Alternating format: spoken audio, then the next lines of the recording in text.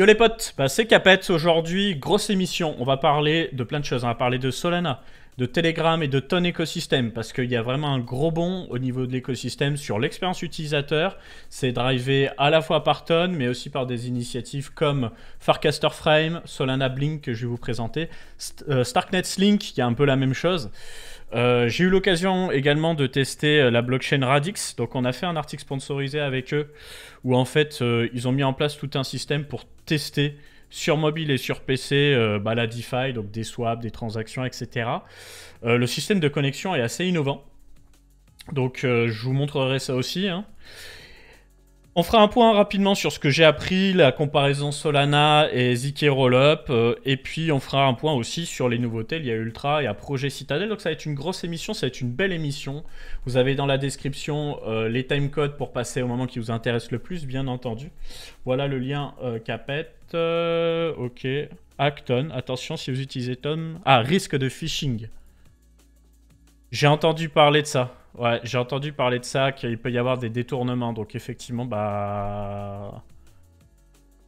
on va faire gaffe à ça. Très bien. Je vais le noter à part aussi. Risque de phishing sur Ton. Et désolé les potes, si quand tu mets un lien, tu te prends un ban de 2 minutes. Je suis désolé, c'est le bot automatique. Tu peux relancer un message dans 2 minutes, hein, frérot. Il y a pas de souci. C'est mon bot... il est pas réglé pour les liens, c'est pour éviter le spam en fait. Bah écoutez, on commence, hein. On commence. Alors déjà, j'ai pris le temps de lire cette lecture qui est pas tout à fait fraîche, hein. Elle date du 6 décembre 2023.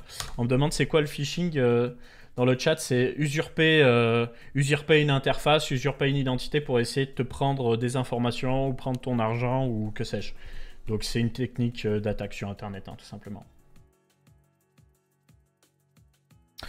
Donc, si vous voulez, je vous invite vraiment à lire cette thèse que je vous laisse en description. En fait, en description, vous avez ce document avec tous les liens utiles de cette émission. Mais en fait, elle fait un petit peu le point sur la vision de Syncracy, qui est un investisseur, sur pourquoi il pense que Solana a de l'avenir, selon eux. Donc, c'est assez technique, c'est bien sourcé. Du moins, c'est relativement bien sourcé.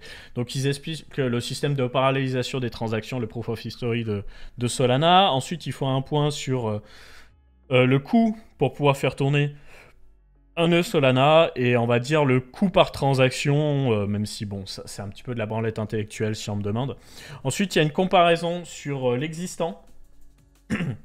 C'est-à-dire, là vous pouvez voir par exemple que on nous annonce dans l'état actuel d'Ethereum, c'est-à-dire Ethereum avec Proto-Tank Sharding, quelque chose comme 275 transactions par seconde. C'est pas tout à fait vrai, j'en ai discuté avec Abdel.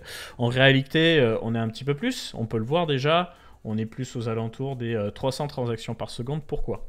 Parce qu'en fait, ce calcul, il est fait si jamais tous les roll-ups postaient l'intégralité des signatures des badges de transactions sur le Layer 1 Ethereum. Donc effectivement, les optimistic rollups sont obligés de le faire, mais les ZK rollups ont une possibilité de tricher, on va dire, avec ce qu'on appelle des différences d'état. C'est-à-dire, au lieu de poster toutes les informations, on poste qu'un différentiel d'état entre le bloc précédent et le bloc suivant. Et ça permet du coup de pousser la capacité transactionnelle, mais c'est difficile à définir. En tout cas, ce qui est intéressant, c'est de voir que au fur et à mesure des mises à jour sur Ethereum, l'espace disponible pour la data availability va largement augmenter. Donc ça, je pense que ça va arriver mi-2025 et ça va donc étendre grandement la capacité transactionnelle d'Ethereum. En sachant que là, ça annonce du 3200 transactions par seconde, en ne comptant pas ce que je vous ai dit juste avant avec les ZK Rollup. Donc on risque d'avoir peut-être du 10 000 transactions par seconde de réel sur Ethereum, si bien sûr il y a l'usage en face. Ensuite, on a Eigendy qui est capable d'aller beaucoup plus loin parce que il est beaucoup plus pensé modulaire pour la data availability, de ce que je comprends. Ensuite, on a l'état actuel de Solana, où on nous annonce du 5000 transactions par seconde. Bon, ça pareil, c'est à la louche, parce qu'en fait, ça va dépendre des types de transactions. On en a déjà parlé dans des vidéos précédentes, des émissions précédentes, je ne vais pas vous le réexpliquer. Mais en gros, l'idée, c'est de dire quoi? C'est quand il y aura le nouveau client Solana FireDancer, eh bien, la capacité transactionnelle pourra augmenter si jamais Solana débloque aussi le compute unique maximum par bloc. Et donc... ce à quoi je m'attends effectivement, c'est peut-être d'avoir un Solana beaucoup plus performant qu'Ethereum et tout son écosystème de roll-up à horizon 2025. Et ça, c'est à prendre en considération dans ces investissements. Vous me connaissez, je suis assez biaisé positivement par rapport à Solana. Ça m'empêche pas d'aimer Ethereum, hein, j'aime Ethereum, mais voilà. Pour l'utilisateur final, avoir des transactions pas chères, une expérience utilisateur supérieure, parce que je la juge supérieure sur Solana, et une capacité transactionnelle, bah, ça plaît. Ensuite, il nous parle d'autres choses. Donc, il nous parle du fait que, selon Vitalik, eh bien, le endgame, c'est d'avoir une génération des blocs centralisée. Ensuite, la validation de ces blocs se fait de manière beaucoup plus décentralisée. Donc, on va séparer ceux qui créent les blocs et ceux qui les valident, à terme. Et, bien entendu, des initiatives diverses et variées pour lutter contre la censure, comme les fameux light clients, c'est-à-dire des clients qui sont capables, entre autres grâce à la technologie ZK, de vérifier l'intégrité des données. Et donc, on va pouvoir séparer tout ça. Parce que sur Bitcoin, par exemple, c'est extrêmement lent. C'est pour ça qu'on a des blocs assez petits et comment dire... un certain nombre de mineurs, donc une certaine décentralisation, mais pas les performances qui sont au rendez-vous. Tandis que sur Solana et Ethereum, on sépare progressivement la centralisation de la création des blocs, la décentralisation de la validation des blocs, et la lutte contre la censure. Il nous parle entre autres de Tiny Dancer. Alors Tiny Dancer, c'est un projet qui est en cours, qui est justement le premier client léger sur Solana. Voilà. Ensuite, pour terminer, je crois que c'est un peu plus technique. Voilà, c'est pour nous expliquer la vision de Solana versus la modularité sur Ethereum. La décentralisation au niveau des nœuds, où est-ce qu'ils sont hébergés dans l'espace. Vous voyez, US, Europe, etc. Et puis, pas mal de textes pour terminer. Mais en tout cas, c'est un rapport qui est gratuit, qui est disponible et qui vaut le coup d'être lu. Ça m'a permis d'en apprendre un petit peu plus, du coup, et sur Ethereum et sur Solana. Donc ça, c'était la première chose. Ensuite, moi, je suis en train de vous préparer un gros cours d'initiation au crypto. D'abord au format écrit, puis au format vidéo. Donc, j'essaie de référencer des outils pour pouvoir comparer les crypto-monnaies. C'est pas grave. Donc, je vous disais, du coup... Chainspec pour surveiller les données, sauf que là, pour le coup, bah, il est plus accessible. Je suis pas en masterclass, donc je suis pas avec Picsou. On va enchaîner. Donc ensuite, je voulais vous parler de Solana Blink. Alors, je sais pas si vous en avez entendu parler, mais Solana Blink, en gros, l'idée, c'est de pouvoir permettre à des sites WordPress, à du... Donc, je vous disais, Solana Blink, c'est quoi ? Solana Blink, c'est la possibilité de pouvoir faire des interactions directement sur Twitter, sur un blog WordPress, etc. Donc, au lieu de vous dire, va sur cette application décentralisée, connecte ton wallet, etc. Là, tu te retrouves en fait avec la possibilité directe de connecter ton wallet sur Twitter, de faire un swap, une transaction, etc., etc. Donc, ça va quand même bien améliorer l'expérience mobile. Jusqu'à présent, c'était possible uniquement sur PC. Et là, ça va arriver aussi sur mobile, du coup. Donc, tu vas pouvoir, depuis ton Twitter mobile, faire une interaction avec ton wallet mobile, par exemple Phantom. Donc, ça va améliorer l'expérience utilisateur. Et vous allez voir que dans cette émission, il y a pas mal de choses qui se passent au niveau de l'expérience utilisateur. Notamment avec Starknet, qui annonce des nouvelles de sa prochaine mise à jour. Donc, la prochaine mise à jour, elle va déjà améliorer grandement le temps des blocs, parce qu'on est à peu près sur 15 secondes par bloc. Actuellement, on va passer à 2 secondes. Pas de son, pas d'image. Vous rigolez ou quoi? Il y a l'image. Faut faire ça, frérot. Ensuite, implémentation de Rust qui va permettre aussi d'améliorer la validation des blocs. Donc, ça a amélioré potentiellement la synchronisation entre le layer 2 et le layer 1. Et puis d'autres petites optimisations. Mais en bref, nous, ce que ça va faire, c'est que ça va nous permettre d'avoir une expérience Starknet beaucoup plus rapide pour pouvoir faire des interactions. Donc voilà, pour ceux qui utilisent cet écosystème, c'est plutôt sympa. On en avait parlé aussi dans une émission récente à Starknet qui va se connecter à ABC bientôt. Donc il va se connecter à tout l'écosystème Cosmos. Plutôt cool. Ensuite, je voulais vous parler de Radix. Alors Radix, si vous voulez, c'est un layer 1 qui existe depuis très longtemps. Quand tu fais CoinGecko Radix, tu peux voir que le token, il est vieux comme le monde. Hein. Il date de 2021. Mais le projet, on en entend parler même bien avant. Donc c'était un layer 1 qui était très attendu à l'époque. Et puis au final, on n'avait pas eu beaucoup de nouvelles, c'était pas passé grand chose dessus. Mais c'est un layer 1, là aussi, avec une finalité des transactions instantanée. Une capacité transactionnelle assez puissante. Et donc là, ils ont aussi fait des efforts au niveau de l'expérience utilisateur. Alors comme j'utilise mon téléphone en tant que webcam, je ne peux pas vous montrer l'expérience sur mobile. Donc vous allez être obligé de tester vous-même ou de me croire sur parole. Je vous laisse le lien en description. Je vous invite à tester, pour le coup. En fait, l'idée, c'est quoi? C'est de se connecter avec un wallet Radix. Donc d'abord, on vous fait créer un wallet Radix sur PC et sur votre mobile. On vous fait lier les deux. Ensuite, une fois que c'est fait, il n'y a pas de connecteur. Ouais. Attendez, j'ai pas testé l'expérience sur PC. Open your Radix Wallet app. Ah oui, c'est qu'il faut que je l'ouvre sur le téléphone, donc je vais pas le faire, bon bref. Et une fois que tu es connecté, bah, par exemple sur mobile, ce qu'il y a d'intéressant, c'est que quand tu te retrouves en fait sur une application décentralisée, tu peux le faire depuis ton navigateur Safari. Et quand tu appuies sur Connect, ça a juste demandé d'ouvrir ton application mobile. Donc tu appuies, ça te redirige sur l'appli mobile, tu fais Connect et tu peux retourner sur ton navigateur Safari. Donc ça fait que le concept de connexion, de signer des transactions, etc., que ce soit sur mobile et sur PC, est extrêmement rapide. Alors, 2 secondes, je vais couper la cam, je vais voir si j'arrive à me connecter rapidement. Juste. Radix Wallet. On va refaire. Connect. Open your Radix app to login. C'est ce que j'ai fait. Voilà, c'est bon. Excusez-moi. Voilà, on va pouvoir remettre la cam. J'aurais bien aimé vous montrer aussi le parcours sur mobile, mais je suis pas équipé pour. Hop, me revoilà. Et donc en fait, si vous voulez, sur votre wallet, vous avez un connecteur avec un compte. Ensuite, sur ce compte, vous pouvez créer des espèces de sous-comptes qui s'appellent des personas. Et donc, vous pouvez scaler comme vous le souhaitez votre usage. Donc ça marche vraiment bien. Je vais essayer de vous montrer un exemple. Par exemple, dans Avancer Token Swap. Begin Quest, hop, hop. En fait, à chaque fois, ça vous accompagne sur la compréhension du truc. C'est vraiment pour permettre à des gens qui n'y connaissent rien en crypto de s'y retrouver. Il vous explique tout. Hop.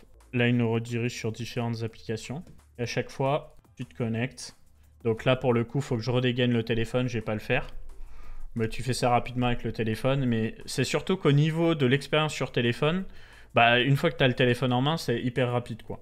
Donc j'avoue, j'ai bien kiffé. Vous vous laissez accompagner par les quêtes, ils vous donnent quelques jetons à chaque fois pour chaque quête. Voilà, et si vous référencez des gens pour les quêtes, vous prenez du token. Voilà, donc je vous invite à regarder tout ça, en sachant qu'ils ont une belle roadmap. On va ressortir un article à jour sur toutes les nouveautés de Radix. Mais je vous invite à taper Radix Roadmap pour voir un petit peu les promesses, parce qu'il y a beaucoup de promesses sur ce marché. Mais là, en l'occurrence, l'idée, c'est d'avoir un sharding, enfin un scaling linéaire avec ce qu'ils appellent de l'atomic composability. Donc, en fait, l'idée, c'est que toi, au niveau expérience utilisateur, ça soit comme un Layer 1, comme ce qui se passe sur Ton ou ce qui se passe sur Solana. Et voilà, donc après, finalité des transactions instantanées, donc plutôt lourd, honnêtement. Attendez, je vais faire une relance sur mon Twitch parce que le stream qui a craché, ça vous a mis dehors.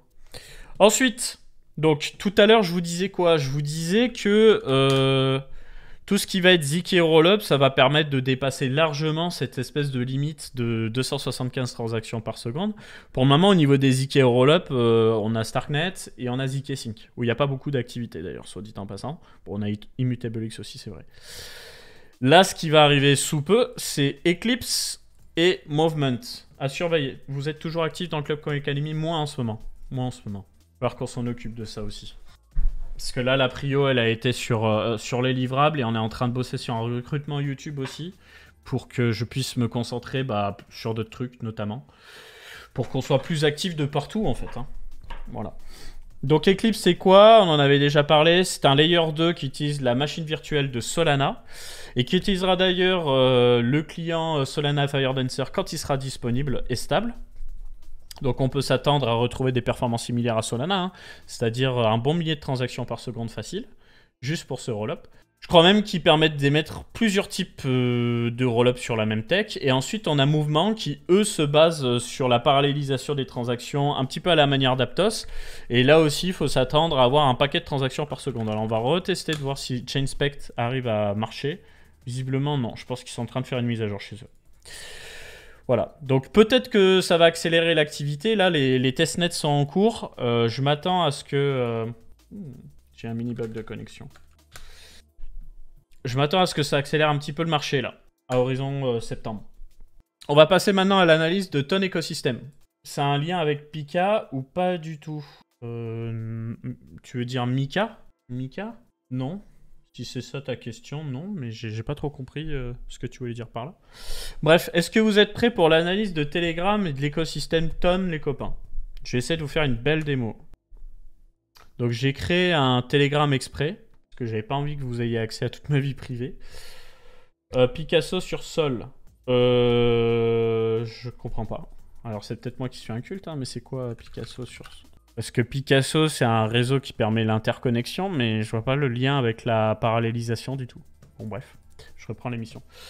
Allez, c'est parti les potes, on attaque du coup l'analyse de Telegram et Ton. Donc je vous mets en description et dans le chat la documentation utilisée. Donc on avait fait une analyse de Ton. Ce qu'il faut savoir, c'est qu'à la base, c'est une chaîne qui a été créée par Telegram, avec une grosse ICO, une des plus grosses ICO de l'histoire d'ailleurs. Sauf que direct le régulateur SEC leur est tombé dessus, donc ils ont dit allez vas-y laissez tomber, on avorte le projet. Et le projet est passé dans les mains de la communauté et est devenu un projet open source. C'est pour ça qu'on appelle ça Ton et pas Telegram Chain aujourd'hui. Donc Ton pour The Open Network. Et donc la particularité de ce réseau, c'est qu'il a plein de composants, mais surtout qu'il a une finalité des transactions relativement rapide.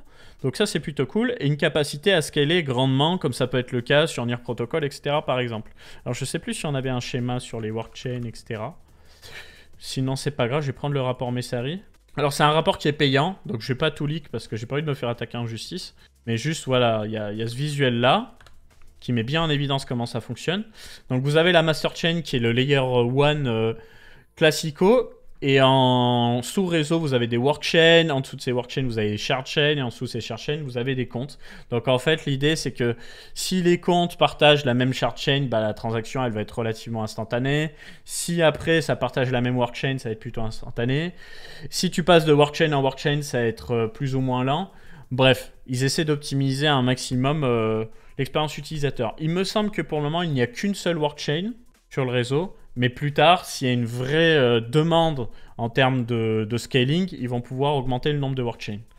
Donc, il me semble que j'ai noté d'ailleurs, voilà, un Explorer avec les transactions en temps réel. Donc là, on est à 56 transactions par seconde.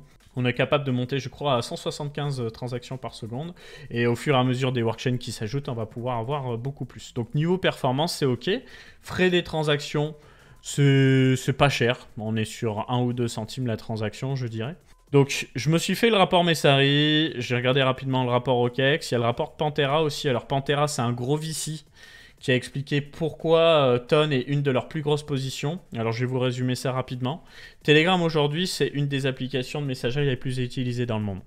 Et le truc, c'est que les applications les plus utilisées, elles ont... comment dire, l'épée de Damoclès du régulateur américain au-dessus de la tête. WhatsApp, bah, ça appartient à Meta, donc à Facebook si vous préférez.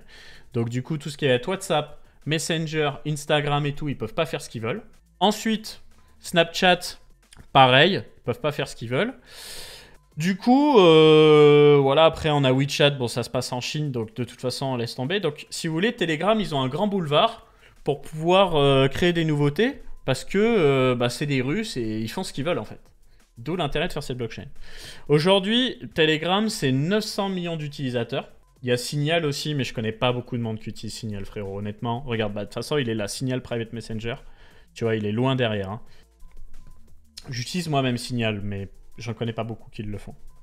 Voilà, donc grand boulevard, on a un Telegram qui a 900 millions d'utilisateurs et leur objectif avec Ton, c'est d'arriver à avoir 500 millions d'utilisateurs qui utilisent la blockchain Ton sans forcément le savoir à horizon 2028. Et donc pour ça, ils ont cette initiative qui s'appelle The Open League, qui est en fait une initiative où ils subventionnent à mort les projets de l'écosystème. Donc vous, quand vous arrivez sur le site, vous avez ça. Vous pouvez voir qu'ils sont à 759 millions de TVL sur 1 milliard. D'ailleurs, quand vous faites DeFi Llama Ton, vous pouvez constater à peu près la même chose. Donc la TVL, c'est-à-dire les liquidités qui sont bloquées, elles sont principalement sur les DEX Stonefy et des Dust, en sachant que Stonefy a la particularité d'être un DEX qui va être multi-chain et qui a un partenariat avec Tron, la blockchain, pardon, et Tether, le stablecoin. Donc en réalité, la grosse quantité de monnaie qui est bloquée sur Telegram, c'est surtout le stablecoin USDT. Mais c'est pas grave. C'est pas grave. Donc ce qui va se passer, c'est que déjà avec l'abstraction de chaîne, tu vas pouvoir payer les transactions soit avec le jeton TON, soit avec le jeton NOT, donc le jeton NOTCoin, là, le tap to earn qui est sorti, ou avec de l'USDT. Donc là aussi, niveau expérience utilisateur, c'est pas trop mal.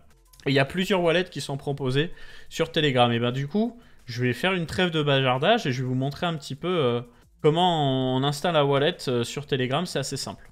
Donc déjà, il faut un compte Telegram. Moi, j'en ai créé un nouveau avec un numéro virtuel. Ensuite, vous pouvez, par exemple, il y a plein de façons de le faire, mais vous pouvez taper Wallet.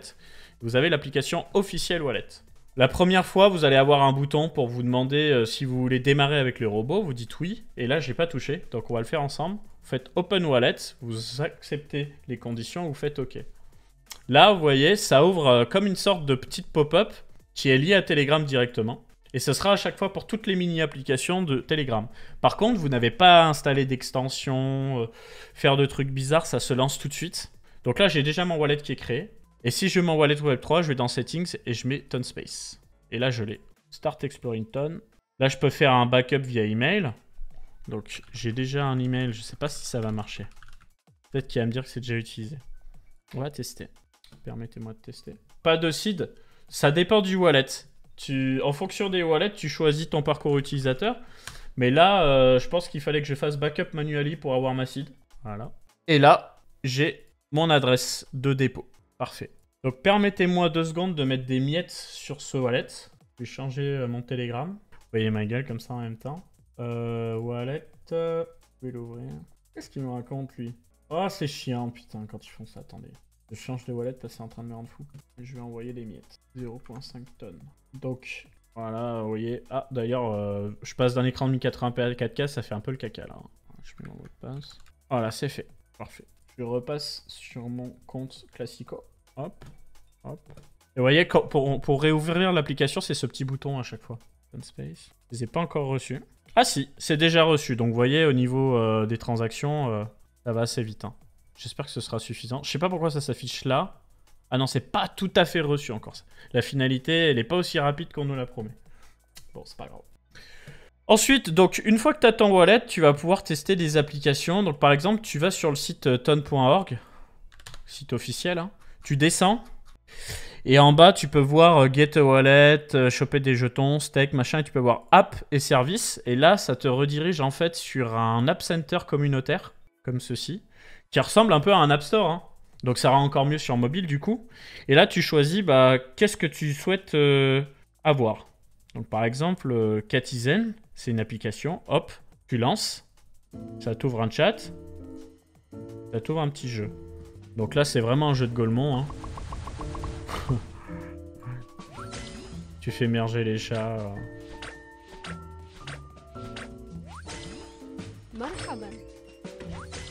Bref, le but c'est de générer de la monnaie.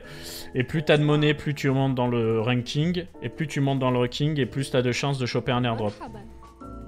Et après t'as plein d'actions, t'as du earn, feed, etc. Bon, je ferme parce que ça me casse les oreilles honnêtement. Mais en fait, tous ces jeux-là sont faits pour farmer de l'attention.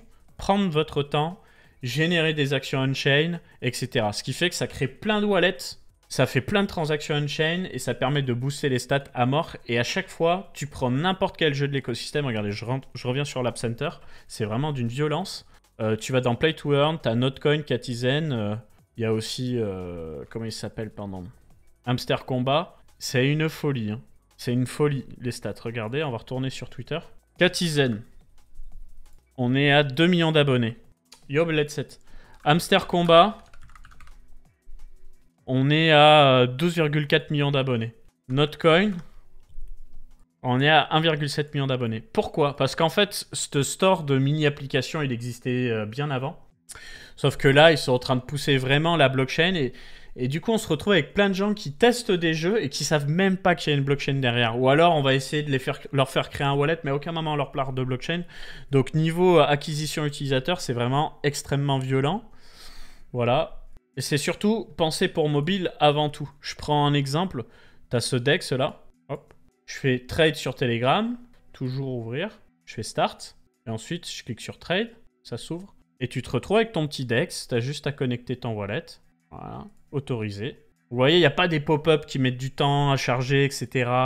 Ça va hyper vite. Voilà, je suis déjà connecté et je peux déjà faire mes trucs. J'arrive pas à trouver l'application Center sur Telegram.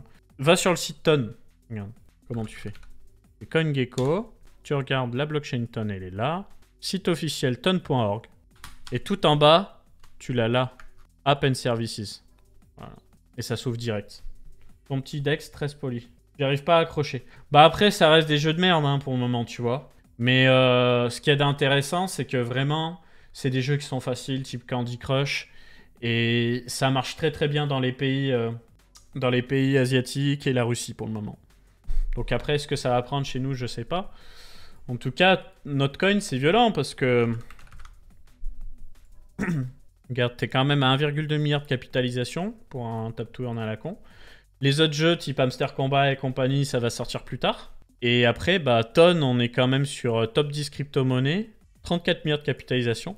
Et ce qu'il faut savoir, c'est que, je sais plus si on l'a noté, je sais plus où ça a été noté, mais en gros, il faut savoir que la fondation Ton a reçu une donation de un peu plus de 500 millions de tonnes il y a 2 ans. Donc ils ont 3 milliards en trésorerie pour subventionner avec The Open Link, quoi. Donc tu vois, déjà, à chaque fois, là, tu as 2,8 millions de cash price, 3 millions de cash price, 1 million de cash price. Je sais pas pourquoi je peux pas avoir accès au truc à droite, je suis obligé de galérer comme un chien, comme ça m'énerve. Bref, beaucoup de cash price. Donc le premier à avoir appelé le cash price, ça a été Notcoin. Mais du coup, voilà, les développeurs, ils sont obligés de s'activer. Alors après, ils ont 2 langages de programmation. Apparemment, ce sont des langages qui nécessitent quand même de comprendre le fonctionnement de la blockchain Ton. Donc c'est pas accessible à tous. Donc il va y avoir une espèce de scission entre l'écosystème Ethereum, celui de Solana et celui de Ton. Le lien entre Notcoin et Ton, c'est que Notcoin, c'était un jeton qui a été créé à partir d'une application sur... Voilà, Notcoin. Cette application-là, qui est un tap to earn. J'ai jamais essayé, hein, donc je découvre avec vous. Connect Wallet, hop. Mais l'idée, c'était d'appuyer sur un bouton, quoi. Menu, voilà, j'ai mon wallet. Est-ce qu'on peut pas prendre un tap to earn récent, là? Je les ai pas tous testés, hein, donc je teste aussi avec vous, là. Hamster Combat, hop. Parce que je pense que Notcoin, c'est terminé.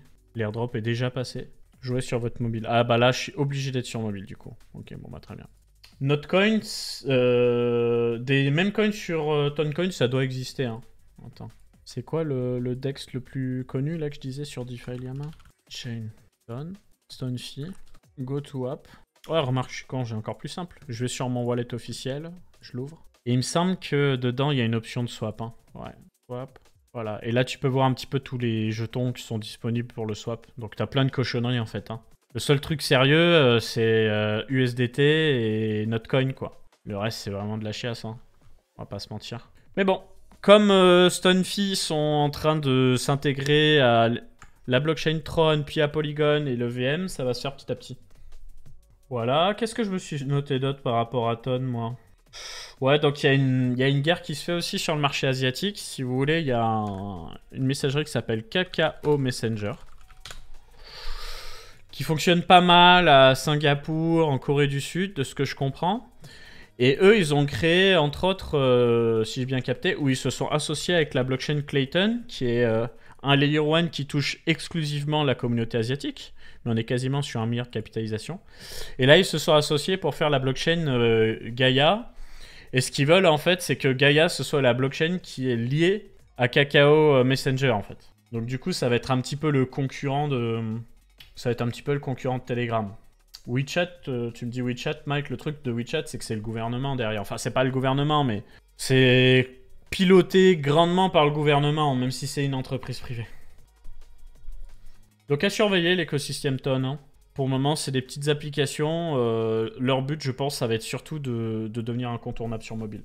Au niveau des stablecoins aussi, bah, on peut voir que petit à petit, Ton prend du terrain avec 600 millions d'USDT. Alors qu'on a que 700 millions d'USDT sur Solana. Mais bon, Solana a fait le choix de s'associer plutôt avec Circle et l'USDC. Picsou, avis long terme sur Ton, bah lui, il a pas trop dig, il sait pas trop, mais on en a parlé tout à l'heure, il surveille. Parce que c'est important de surveiller.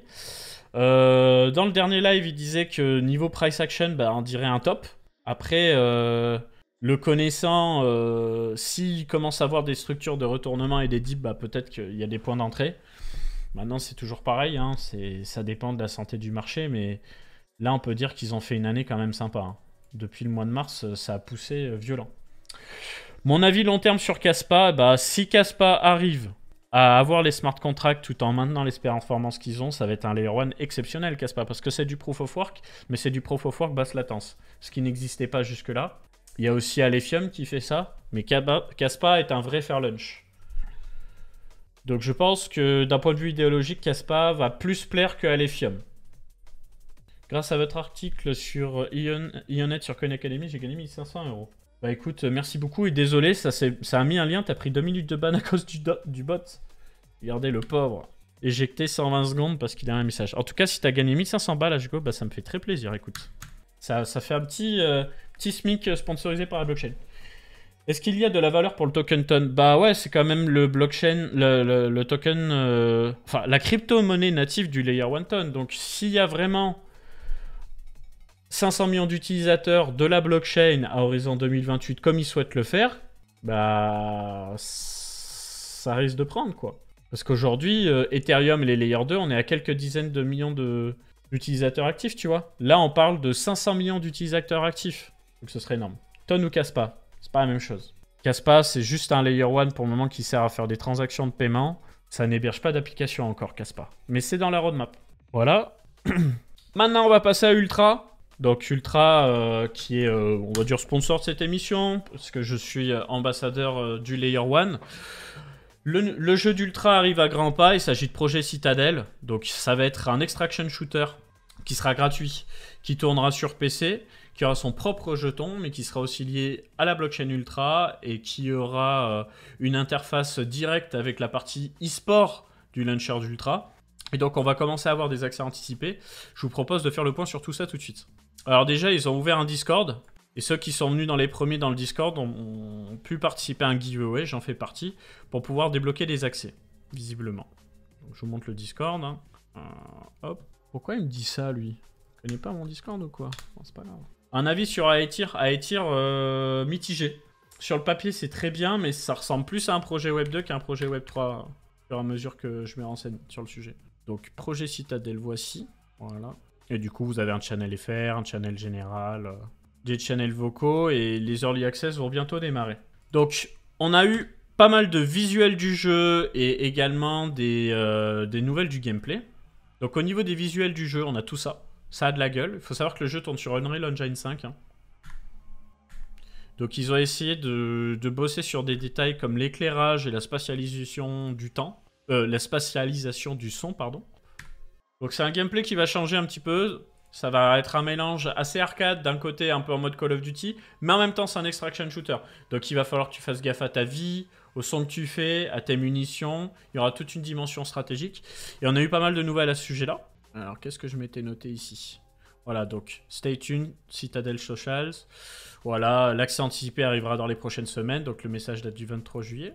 Donc je pense qu'on va avoir des nouvelles en août et en septembre. L'accès anticipé va se passer en plusieurs phases. Donc il y aura une phase initiale qui est vraiment pour les partenaires d'Ultra. Ensuite, tu auras un accès limité à la communauté pour des gens qui seront invités. Donc des gens qui sont là depuis le tout début ou des gens qui auront gagné à des giveaways, etc. Moi, je sais que je vais pouvoir vous streamer le jeu quasiment au plus tôt. Je ne sais pas si j'aurai accès à l'initial phase, mais dans tous les cas, j'aurai le Community Access Playtest, je pense. Donc, je pourrais vous montrer ça sur Twitch. Et puis, je pense que je pourrais vous faire gagner des places aussi. J'attends des nouvelles d'Ultra à ce sujet. Mais en tout cas, c'est prévu. On en a déjà discuté. Ensuite, il y aura une première close bêta. Là aussi, avec des accès. Une deuxième close bêta. Et un accès anticipé. Donc, ça va se faire dans les semaines et les mois qui arrivent. Hein. Merci beaucoup, Liberté sans limite, pour ton message. Ensuite, au niveau des performances, c'est comme je m'y attendais. Et ça, je le vois absolument partout, en fait. Hein. Même dans les jeux Web 2, c'est qu'Unreal Engine 5 est très compliqué à optimiser pour avoir des 300, 400, 500 images par seconde. Donc, pour le moment, ils essaient de faire en sorte qu'une config avec une RTX 3060, hein, qui est quand même assez récente, mais qui n'est pas non plus une machine de guerre absolue. En médium, tu es 60 fps. Ça veut dire que si tu joues en low, tu vas avoir 70-80 fps. Moi, j'ai une RTX 4090 et un très bon processeur. Donc, je m'attends à avoir le double, voire 150 FPS, mais on n'aura pas des performances à la Fortnite, Valorant, Counter-Strike, etc. parce que le moteur est tout nouveau et que on commence à avoir de la paralysation de l'exécution des tâches sur ce moteur, mais il y a beaucoup de travail à faire. Et comme je vous disais plus tôt, comme ils ont fait des beaux éclairages, etc., bah, tout ce qui va être ombre, éclairage, tout ça, ça bouffe. Hein. Ça bouffe. Mais si tu veux un jeu qui paraisse un minimum moderne, bah voilà. Et puis au fur et à mesure du temps, le moteur va s'améliorer, donc les performances, je l'espère, vont s'améliorer. Et puis tu as des plugins sur Unreal Engine comme NVIDIA Reflex qui permettent de baisser la latence. Ou encore une petite nouveauté. Bon là, je parle gaming parce que c'est ma passion les gars, donc j'en profite. Hein. Je sais pas si vous avez vu passer cette information, mais il y a AMD qui a sorti le Fluid Motion Frame 2. Donc cette fois qui fonctionne uniquement sur les dernières cartes graphiques AMD et qui permet grâce à de l'intelligence artificielle de booster votre nombre d'images par seconde. C'est-à-dire qu'en fait l'IA elle va être capable de comparer l'image d'avant et l'image d'après et créer une interframe, une image entre qui vient compléter les images.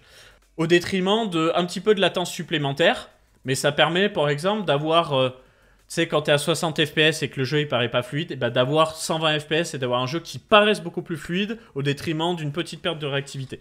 Et donc ça c'est sorti cette semaine. Ça fonctionne pour les jeux OpenGL, Vulkan, DirectX 11 et 12. Moi je m'attends à ce que... D'ailleurs là le GProject Citadel tourne sur DirectX 12, hein, classico. Et donc c'est un grand bond en avant pour les gamers. Et ça c'est top. Et tout ça, ça va se retrouver sous forme de plugin pour Unreal Engine. J'en ai aucun doute là-dessus. On a des nouvelles au niveau des recrutements d'Ultra également. Donc, ils nous disent que des parties de la Secret Sauce vont commencer à apparaître dans les mois à venir. Et que bah là, ils vont envoyer beaucoup plus fort le marketing parce qu'il y avait des gens qui avaient quitté l'équipe. Et là, il y a des nouveaux recrutements qui ont été faits, dont un Head of Marketing, quelque chose comme ça. Donc, ça s'accélère. Et d'ailleurs, ça s'est vu récemment avec l'ajout de certains jeux d'autres écosystèmes, comme l'écosystème Polygon. Donc, on va tester ça juste après. Mais si vous voulez tester, encore une fois... Hop, je vous mets le lien en description et dans le chat. Il y a des nouveaux jeux gratuits. Vous faites tri soit par Real Events pour voir les derniers trucs, soit par Release Date. Et vous avez Valcroft Alliance qui est sorti et Oxia Origin qui est disponible en ce moment. Tu es Bullish Ultra. Bah moi, si tu veux, j'ai fait le choix de bosser avec eux. Donc te dire le contraire serait un petit peu contre-productif. Moi, ce que je vois, c'est que des launchers, il n'y en a pas 15. Qu'en phase 2, ils n'ont pas spécialement des concurrents qui font peur. Voilà. Pour les citer, hein, Elixir, Hyperplay, etc. Il n'y a pas de truc révolutionnaire. Donc, moi, si tu veux, je m'attendais à ce que tout écosystème crypto confondu, ça aille beaucoup plus vite le Gaming Web 3. Sauf que tout le monde choisit de faire des jeux sur Unreal Engine 5. Et je crois que tout le monde galère déjà par rapport à ça.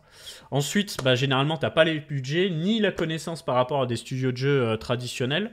Donc, moi, j'ai fait le choix de m'associer avec Ultra, qui eux ont fait le choix de se spécialiser dans les jeux Web3. Et je pense que Ultra a une des meilleures techs pour ça. Et Vision aussi. Maintenant, l'avenir nous le dira. Moi, je surveille tout. Et bah, j'espère en tout cas que le jeu Project Citadel va permettre de pouvoir débloquer les choses. Parce que si c'est réussi, il n'y a pas de raison que ce ne le soit pas, bah, ce qui va se passer, c'est que ça va faire une belle vitrine pour l'écosystème Ultra et ça va faire venir plein de développeurs de jeux chez eux. Et il faut savoir aussi que pour le 4e trimestre 2024, il y a un budget de 10 millions de dollars de subventions qui est prévu pour pouvoir subventionner des jeux et applications qui viennent construire sur Ultra, ce qui devrait accélérer l'écosystème aussi. Mais tout ça pour vous dire que certains me disent « Ouais, t'es ambassadeur d'Ultra Capet, pourquoi t'es pas plus pushy ?» Pour la simple et bonne raison qu'au-delà d'être ambassadeur Ultra, bah, je suis aussi Capet, je suis youtubeur gaming, je suis youtubeur crypto, j'ai un média, etc. Et que je veux pas que les gens se disent putain, il va se passer des trucs de ouf et puis ça va pas assez vite pour eux et ils sont déçus, etc. Tu vois, je vois plein de gens FUD à coup de ouais, mais ils disent toujours plus tard, plus tard, plus tard. Mais en fait, c'est tout écosystème confondu parce que je pense que c'est beaucoup plus complexe que ça en a l'air de construire des choses dans cet écosystème.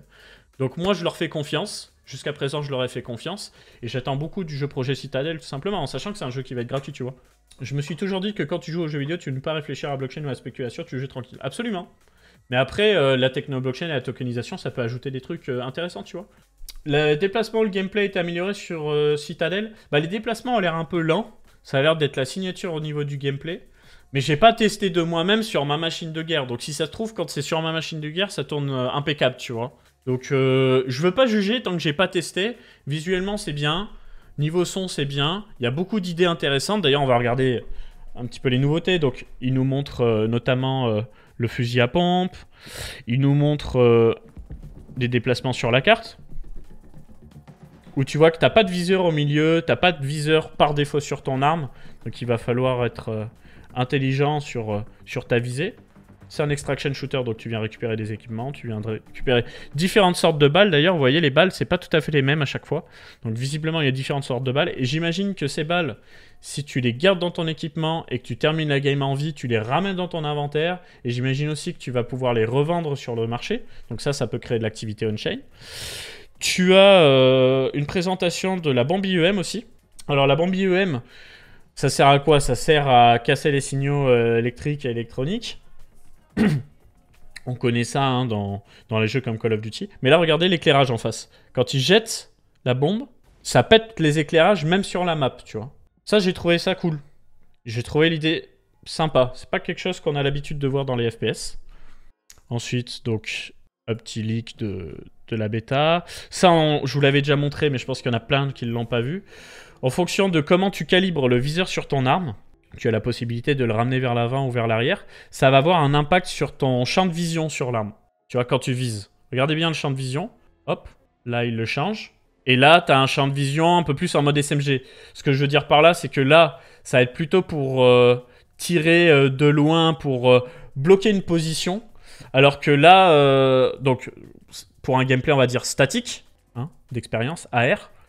Et là, pour un gameplay qui va être un petit peu plus en mouvance, où tu vas passer de cible en cible, tu vas pas t'amuser à tirer de loin avec un viseur comme ça. Donc, avec une même arme, tu peux adapter ton gameplay. Je sais pas si ça vient adapter tes déplacements en visée aussi. Ça pourrait être intéressant. Et tu vois, au lieu d'avoir un FOV que tu viens régler dans les réglages, bah là, tu viens le régler sur ton arme. Voilà. Ça aussi, on l'avait vu, mais on se le remet. T'as plein d'équipements sur ton arme. Différents types de viseurs, différents types de balles, etc. Et je pense que ça, c'est du stuff que tu vas pouvoir acheter ou looter dans le jeu. Donc on apprend aussi que le jeu aura son propre token, qu'il y aura une ICO de prévue avec une presale, que ça ne sera pour autant pas un pay to win, c'est uniquement pour du contenu cosmétique. Et qu'on aura des games qui dureront en moyenne 35 minutes. Voilà. Voilà pour les nouveautés d'Ultra. Et donc, je vous propose de regarder un petit peu les jeux. Donc on a Xverse qui va être de nouveau jouable à partir du 20 août. Donc qui est disponible sur Ultra, mais quand tu essaies de lancer le jeu, ça se lance pas. C'est un petit Call of Duty-like. Il y aura peut-être un airdrop ouais, pour Projet Citadel. Ce qu'il y a de sûr, c'est qu'il y a un airdrop de prévu pour les gros token holders d'Ultra. Mais il est conseillé de lier son compte Ultra avec le Discord d'Ultra pour pouvoir être sûr de profiter de l'airdrop. Donc il y a des articles à ce sujet, je vous laisserai regarder ça. Xverse, j'avais fait une vidéo à ce sujet à l'époque. Sur ma chaîne gaming, du coup. En fait, c'est un Call of Duty-like. Hein, où t'es dans la peau d'un robot.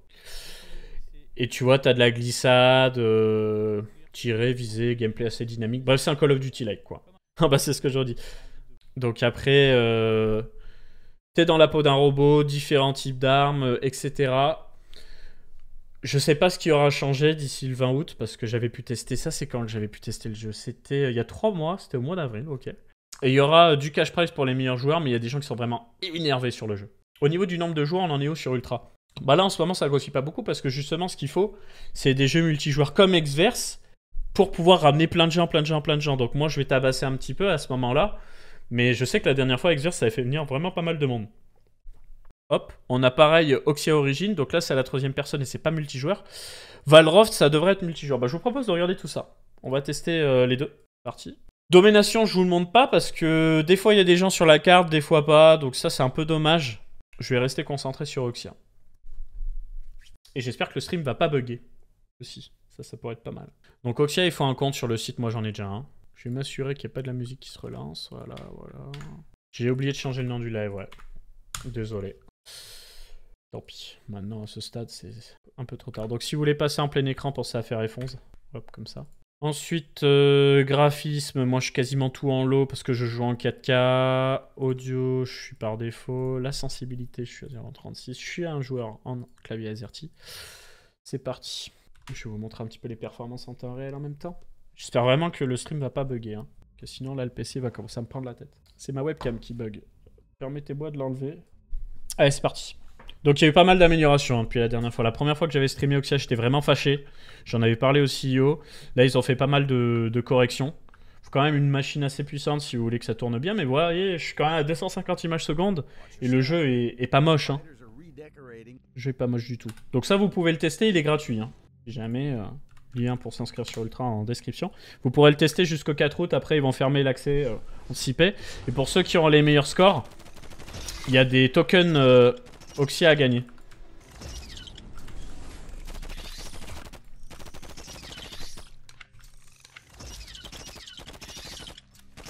Donc c'est un survival. Je sais pas s'ils ont prévu de le rendre multijoueur ce jeu-là. Là. Donc il y a du dash.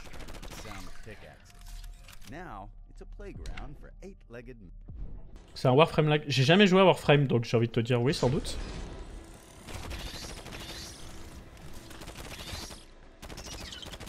Faites bien gaffe à votre vie aussi.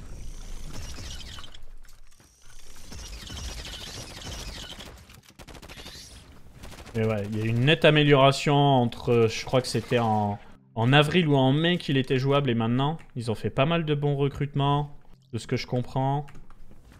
Donc il y a encore beaucoup de boulot à faire, bah, des modes de jeu à rajouter, des trucs comme ça, mais... Passez une bonne soirée, main courante. Mais en tout cas, voilà, c'est un bon petit jeu à tester pour s'occuper. Il est gratos, donc profitez-en. Et faites gaffe à votre vie. Hein. Impératif. Je crois qu'il est sur Unreal Engine 5 d'ailleurs, celui-là. Hein. Yo Psycho, ça ou quoi? Faudrait que je m'achète une webcam en USB parce que les bugs quand je joue, c'est pas terrible. Hein.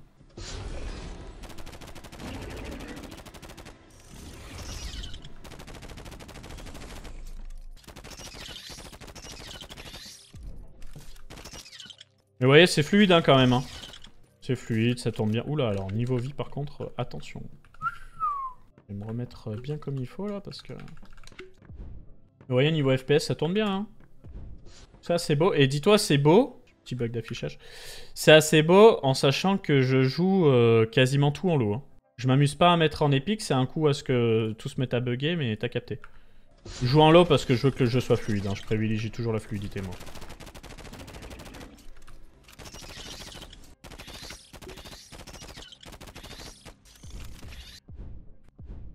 Voilà, et à chaque fois, en fait, je sais, j'ai oublié de changer le titre, les gars, je sais. Et à la fin, t'as un petit boss. Ouais, le jeu est quand même beaucoup plus beau qu'il y a quelques mois. Hein. Les travaux qui ont été réalisés en si peu de temps, c'est impressionnant, honnêtement. J'étais vraiment déçu hein, à l'époque. Hein.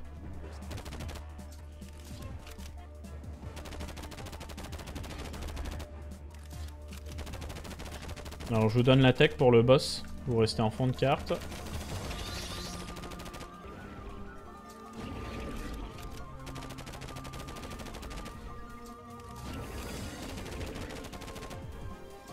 Merde. Ok, voilà. Avec Capet, c'est toujours masterclass, exactement. Et après, voilà, vous avez un score. Et en fait, vous avez ces 4 modes de jeu où vous chopez des scores. Et en fonction de ça, vous avancez dans le leaderboard. Donc je crois que moi, c'est sur Mercenary Pass. Que je suis 32e, voilà. Et si vous arrivez à vraiment taper un gros score, il y a moyen de gagner des jetons. Donc bah, n'hésitez pas, en fait, hein, tout simplement. Pour le moment, pas de multijoueur là-dessus. Alors, astuce aussi... quel que soit le jeu ultra auquel vous jouez, je l'ai déjà présenté en vidéo mais je vous redonne l'astuce. Si vous êtes sur une carte graphique Nvidia, donc je vais lancer ce jeu là pour vous montrer. Vous faites play, ok. Une fois que c'est lancé, faites un back Windows. Attendez, je baisse le son parce que là il m'explose les oreilles le cousin. Windows G si vous voulez avoir cette interface d'ailleurs. Et voilà, vous faites back Windows, clic droit sur le jeu, propriété, histoire d'avoir l'emplacement comme ça. Ensuite, vous ouvrez le panneau Nvidia. Et dans le panneau Nvidia, vous allez dans Gérer les paramètres 3D, paramètres de programme, Ajouter. Vous trouvez le jeu s'il y est. S'il n'y est pas, bah, vous faites parcourir. Hop. Vous prenez le jeu, double-clic dessus. Et vous vous assurez bien que le mode de faible latence est en ultra et vous faites appliquer.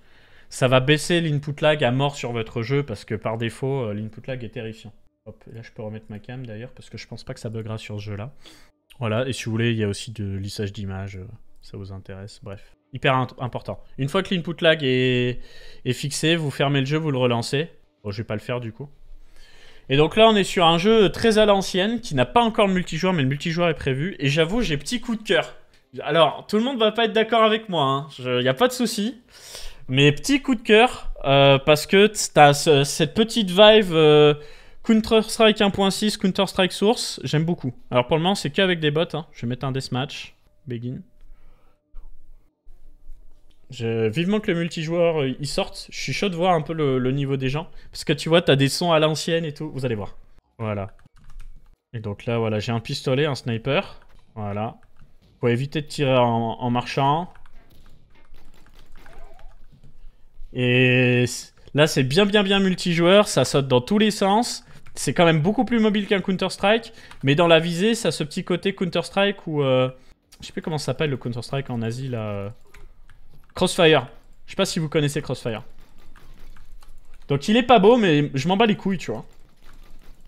Parce que je pense vraiment qu'en multijoueur, avec des petits modes et tout, ça peut être énorme banger. Alors je sais pas s'ils vont le faire, hein. Mais franchement, moi je kiffe de fou ces jeux à la con comme ça. Si vous avez connu Counter-Strike Source, vous savez de quoi je parle.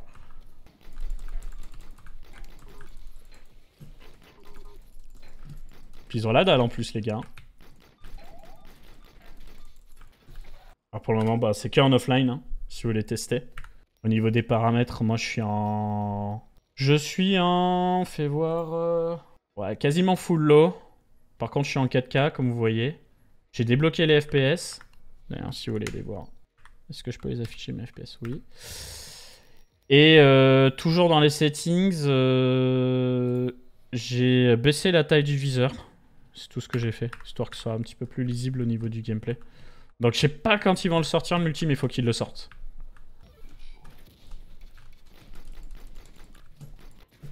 J'essaie de pas tirer en mouvement, c'est l'habitude de Counter-Strike. Et il est dur à viser, hein. Ça rappelle Duck Nukem. Ah ouais, c'est vrai ça. J'étais trop jeune moi pour jouer à Duck Nukem, mais je connais, j'ai la ref. J'aime trop le gameplay au pistolet. Vous voyez, je tire comme un pied. Il est trop dur le jeu. Et c'est pour ça que ça me plaît, parce que du coup, tu dois faire bien gaffe à comment tu vises et tout. Ouais, je tire comme un pied. Ouais. C'est vraiment dur le tracking. Le jeu rajoute quoi pour la partie Web3? Bah écoute, bonne question. Je sais pas du tout. Je sais que ça a été développé pour l'écosystème Polygon. Donc il y a peut-être des armes ou des skins, des trucs comme ça, mais sur la partie Web3, je suis pas renseigné du tout. Je vais voir les scores. Putain. Ah, je suis nul à chier. Hein. On va se rattraper vite fait, bien fait. Un grand merci pour le contenu. Bah écoute, avec plaisir, Colin, et merci beaucoup pour ton sub. Merci beaucoup. Allez, faut que je remonte au score là. Vite, j'ai 5 minutes. Vas-y, je joue ma vie. Je joue ma vie contre des bots, c'est hyper important de jouer sa vie contre des bots. Mais putain, les déplacements sont une vitesse à chaque fois.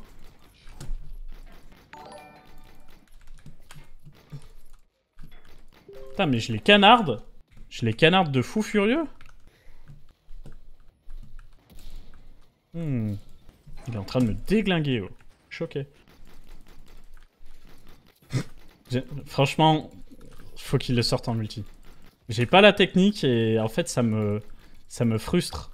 J'ai envie de comprendre c'est quoi le bail pour avoir un bon tracking. Je vais bloquer. Oh là là là là là là là là. Astromos c'est dans le même style. Le problème d'Astromos qui a l'air... c'est quoi le jeu? C'est Valcroft je crois. Le problème c'est que Astromos, bah y a jamais personne sur les serveurs. Donc je sais pas s'ils ont réglé ça. Mais j'ai jamais réussi à trouver une game avec des gens. Putain, mais va faire un tracking sur des maboules comme ça. Faudrait faire un tournoi. Ouais, je sais bien, mais bon. C'est toujours du temps, hein. Il y aura un replay de l'émission, ouais, sur YouTube. Sur mon Twitch, bien sûr, mais sur YouTube aussi. Ouf! Ça met toujours beaucoup de temps de regarder un tournoi. C'est ça le truc, en fait.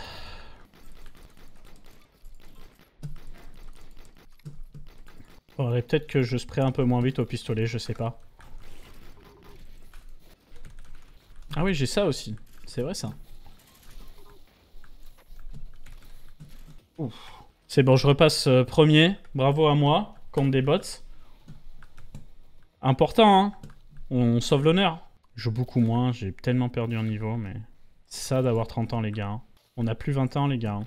Le prime est terminé. Mais c'est pas grave, on s'amuse. C'est important. 1 minute 30. Mais il se déplace tellement vite.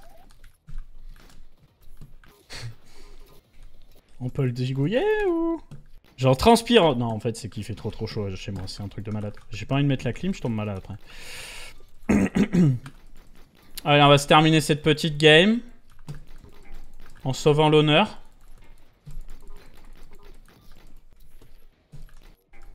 Bien joué. Il y en a un, il est à 17 kills. Hein. Mais je sais pas pourquoi j'ai plus de score que lui. Ah, je suis mort. Moins.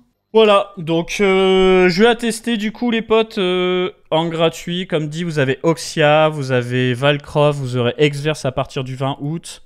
Il y a d'autres jeux aussi en payant, bien sûr. Hein, moi, ce que j'aime bien dans les jeux payants sur Ultra. Forgive Me Father, Diluvium Ultra, Emitters, Bluefire. Que j'aime bien. Et on se retrouvera aussi en live demain. Du coup. Et donc, si vous écoutez cette diffusion sur YouTube, eh ben, ce sera ce soir. Voilà, cette vidéo devrait sortir aux alentours de 18 h. Je vais vous laisser là, les potes. Je vous souhaite une excellente soirée. Je vous laisse encore une fois le lien de la doc avec tout ce qu'on a vu dans cette émission dans la description et dans le chat. Et je vous souhaite une excellente soirée. Ciao tout le monde. N'hésitez pas à vous abonner sur YouTube d'ailleurs. Allez, bisous.